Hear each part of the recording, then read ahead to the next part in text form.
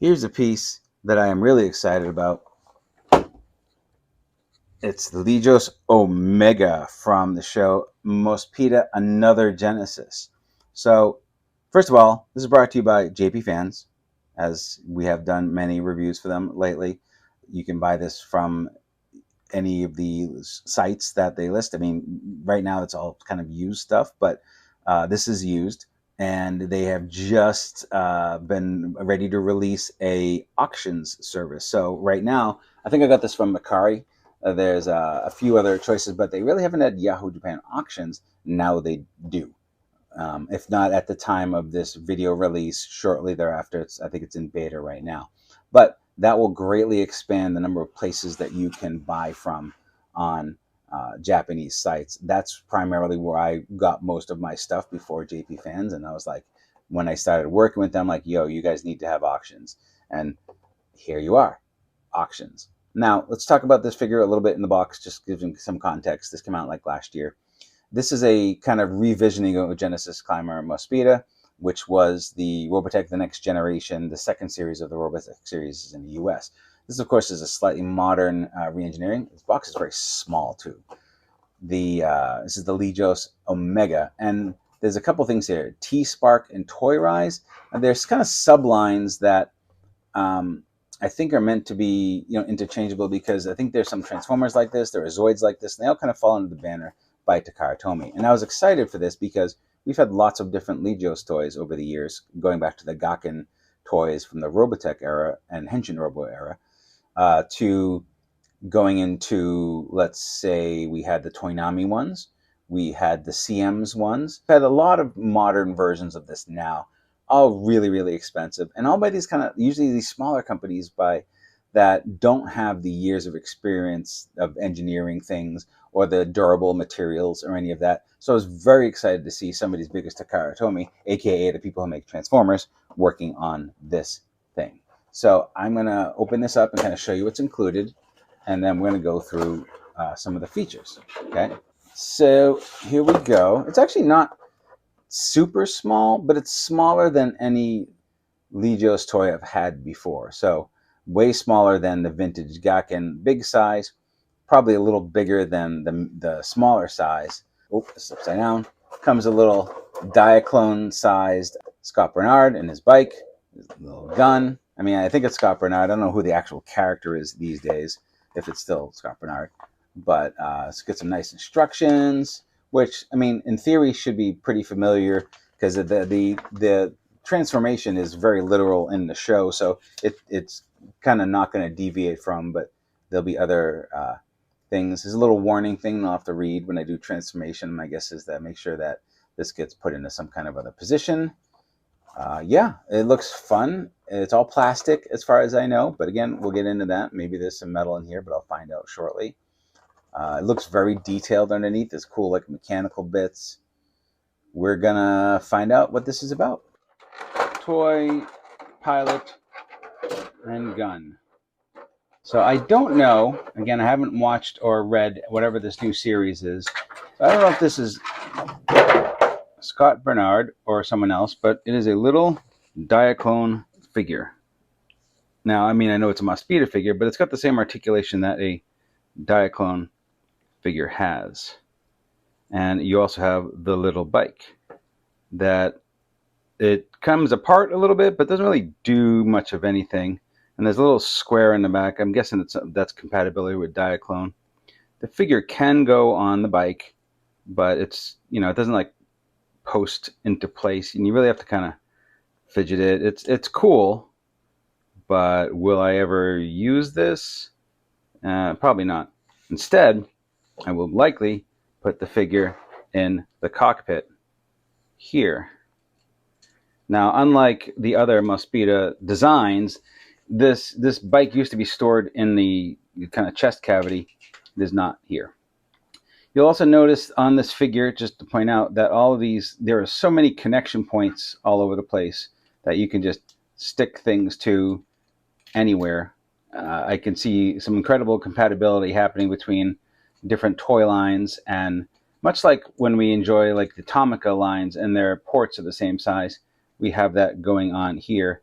So I can just imagine, I think there's some Transformers and Zoids coming, like I said, coming out. They all use the same connection points. This is a very cool thing that they're doing, and I encourage it greatly. So plane mode, you just have to get the wings up and out, and that's basically it. You have landing gear underneath that just kind of come out like this. That wheel does not move. And on these, you kind of open these doors here, and kind of bring this out with your thumbnail. You can see it comes out a little bit. The wheel, again, does not turn. It's just for show. Yeah, and you can close those afterwards if you want. And that just sort of sits like so. So it's a good looking thing. It's a bit smaller than I'm used to with the other Mospeada Legioss toys I've had.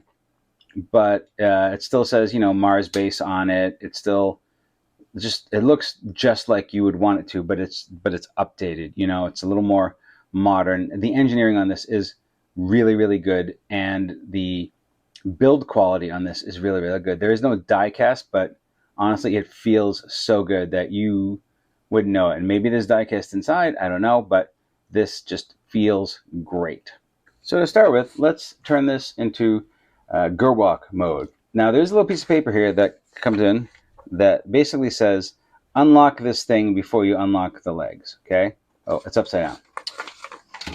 Unlock this thing before you pull out the legs. So to do that, we just go underneath. See this little thing? We just flick it up like so. Another thing I like about this is everything tabs together, so it stays so nicely in robot mode, okay? So we can just kind of disconnect these from each other and pull them down, turn them. The kneecaps go up, legs come up, and there's a weird but cool thing. See these little tabs here underneath? You push them up, and you get more mobility on the feet. Again, really nicely done, and it just feels good, right? All right, so these wings go down, these come around. You put the wing down, and there's a little door that opens. Again, a lot of this is just like the original, just updated. But the hand doesn't come out from the top, it comes out from the bottom. And the hands are stored kind of backwards. At least they were out of the box. I don't think you need to put them in back that way. Now, if you see the arm motion here, what's really great about it is there's a lot of motion here, but they added in an elbow joint right there. So that's fun. There's also these missile banks here, and they're connected by that system.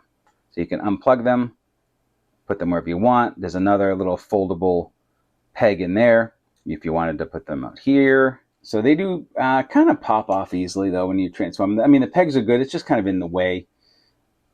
But essentially, I think and this thing back here folds around. And I think that is all there is to this mode. It is kind of popping out a little bit, and that's on me. Like I said, I have transformed this once, and in order to bring you it as soon as I can, I may not remember every single little step. Oh, did I mention that the holes are the same size plug as a Tamashii stand? It is. It's very cool. So you can get some fun poses out of this in Gerwalk mode, or any mode really. It is, again, delightful. Lots of fun.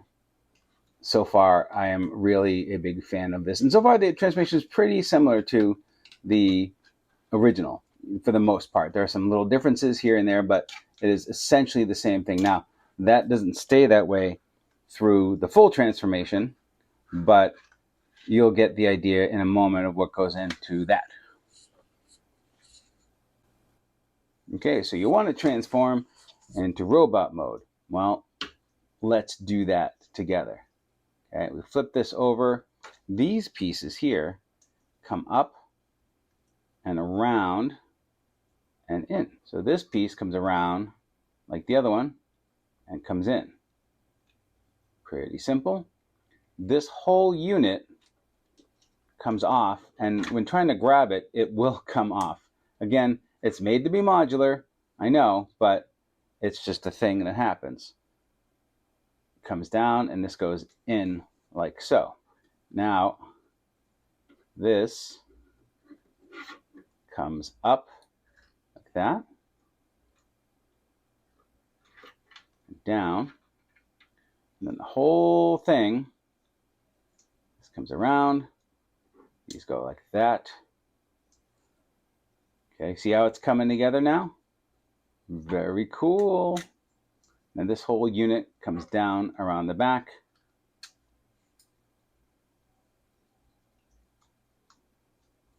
These come over the shoulders, and then these little guns come out. This connection is a little, it will come out. It's not ideal, but it'll come out. They might pop out, you just pop them back in.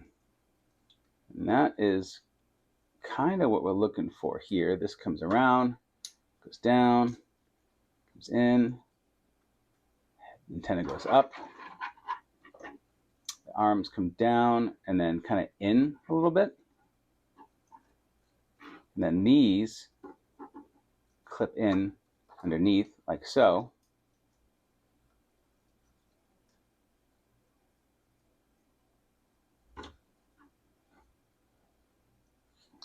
So there we have it. I think I did it right.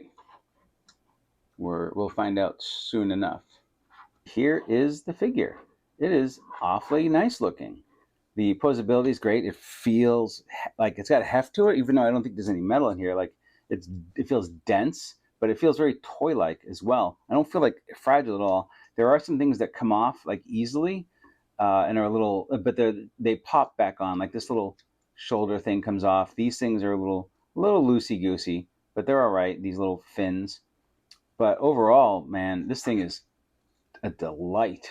I really, really enjoy this. So let's look at some of the articulation here.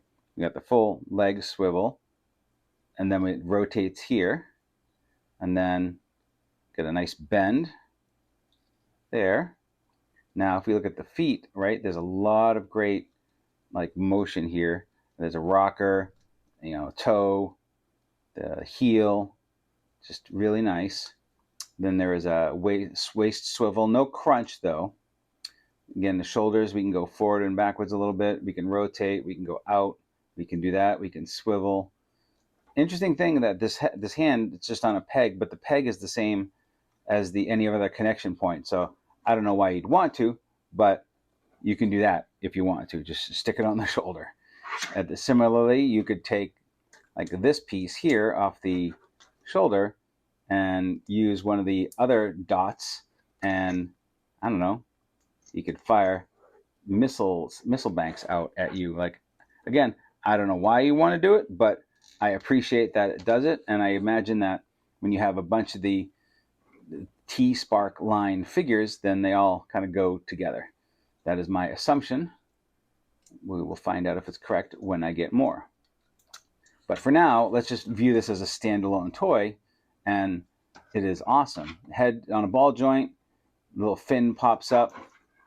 You can see the back and how that's all set up. It is really nice. Something that's different though is you can see the cockpit at the top a little bit. Very interesting design like that. I like that the pilot gets a little bit of light for himself. And then, of course, you can put the weapon on. Now, this weapon, actually, I did not know this originally, also modular. So you can plug in, I think it goes this way. Yes, you can plug in things. There's pegs all over.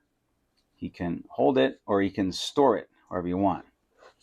But he's just kind of really phenomenal. And we talk about that plug for the stand. This can go right underneath like you do with a lot of gunpla stuff, and then do some really awesome poses. So yeah, it looks phenomenal. It feels phenomenal. So what's the downside? Well, again, part of it is there are little bits that just sort of come off through handling. That canopy that we saw, this cover can come off. This just kind of came off. This little nose cone, if you wiggle it, it just comes, I don't know, again, why. Maybe it's something in the new show. I don't know. But so that's, I think, my only complaint about it is that there are parts that come off easily, but they all pop back on really, really well. So there's no like damage. It's just meant to pop off. And I think part of that is the modular aspect of this figure, but it is just pretty remarkable overall. So I like it a lot. I wanted to get one to try it out. They're a little expensive. They're like $100 and change, $100, $120, I think, maybe a little more.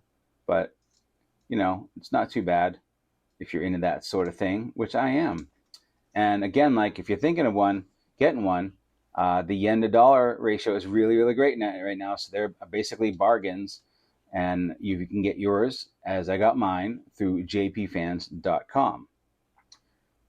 This was a used item, so it was. I think it was on Mercari. You know, when they say like used, oh, has damage, like the box might have a wrinkle on it. So just examine the thing, make sure that you understand what you're buying, because I think, you know, once you get it, you're kind of out of luck. JP Fans does show you pictures of what arrives, but they don't like open the box of this, right? So you'll see the box of the figure, but you won't see inside of the box that the retail packaging, because they're not going to go that deep with you. Maybe they will if you ask them and pay some extra. I'm not sure. I've never had to do that. I just sort of figure I've done my research and it will be fine. Yes, highly recommended. I'm thankful for a modern kind of transforming robot that I don't feel like I am going to break just by looking at it. It's just nice. Oh, we wanted to do some comparisons. Hold your horses. So we have a few comparisons here. These two are Gakken toys that from Mospeada. These are the originals. I had the modern ones for a bit, and I got rid of them. They were too fragile for me. I had the Toonami one, I had the CM's Corp one, and I had the alphas and the betas. I actually like the beta, Toonami's beta, a lot, but you know, they just weren't doing it for me. It was missing something, and I think it was that fragility that I was always kind of worried about. And they were a little finicky. Not that this one isn't, but at least these have the chunky charm of the originals. This is the larger Gakken one. This one is one I actually bought in Japan during my first trip over, and it is a lovely chunky boy. But you know, these get old and they get fragile, and you can see how they get yellow. The different scales of the two. But this is the new version next to it, and you know, again, you can see the design cues that they kept, but they made some small changes. You know, this one had the gun on one shoulder. We have now guns on two shoulders. We still have like the same basic shapes going on here for our arms. They look nice. We have the vents here. We have the chest kind of access panel. We have this little vent here on both. These kind of stay the same shape. The legs kind of stay the same shape. So it's a really nice upgrade of the original motif, but keeping its spirit, but doing something new with it. And like I feel like Macross kind of did that when they went into like Frontier and Plus a little bit, but they did stray a bit from what the Valkyries look like. And now we're kind of going back to the original Valkyrie designs, redoing the 155 Takatoku / Bandai Valkyries with a little bit more modern engineering, but they'll still look the same. I like this slightly updated take that is a wonderful homage, but still is instantly recognizable as its thing. So I just think it's a really well done piece, and I want to say thank you to JP Fans again. If you want to get yours, click the link in the description, and you get some discount on the shipping, and I get a little bit of credit for it to enable me to get more of these things and show you more of them as time permits. I want to say thank you for watching. Thank you for hanging in there. If you're not a subscriber, that is fine. Just pop in and say hey. If you can subscribe if you want. Once again, thank you, and we will talk to you next time.